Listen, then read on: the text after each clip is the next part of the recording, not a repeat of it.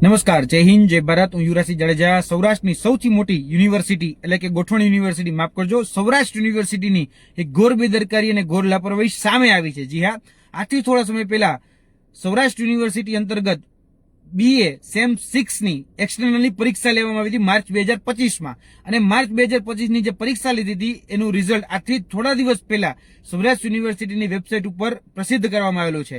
હવે જે ઉમેદવારોએ, જે વિદ્યાર્થીઓએ પરીક્ષા આપી હતી એને આ રિઝલ્ટની અંદર એબસન્ટ બતાડવામાં આવ્યો છે, એટલે કે ગેરહાજર બતાડવામાં આવ્યા છે.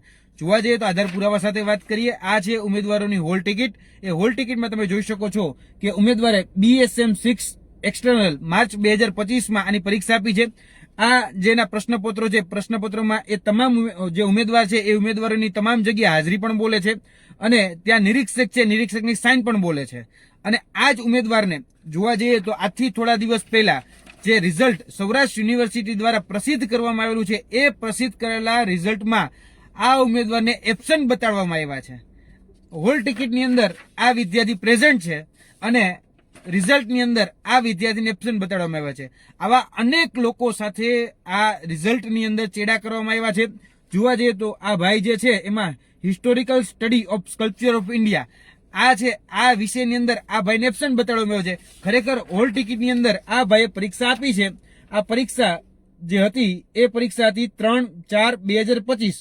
3/4/2025માં 3 વાગ્યાથી લઈને 5:30 વાગ્યા સુધીનું પેપર હતું. એ ભાઈએ પોતાનો સીટ નંબર, બેઠક ક્રમાંક નંબરથી લઈ પોતાની સાઇન પણ કરી છે. નિરીક્ષકની પણ સાઇન છે. આમાં કહી શકાય કે હોલ ટિકિટની અંદર આ વ્યક્તિ હાજર છે, જ્યારે રિઝલ્ટની અંદર આને ગેરહાજર બતાડવામાં આવ્યો છે.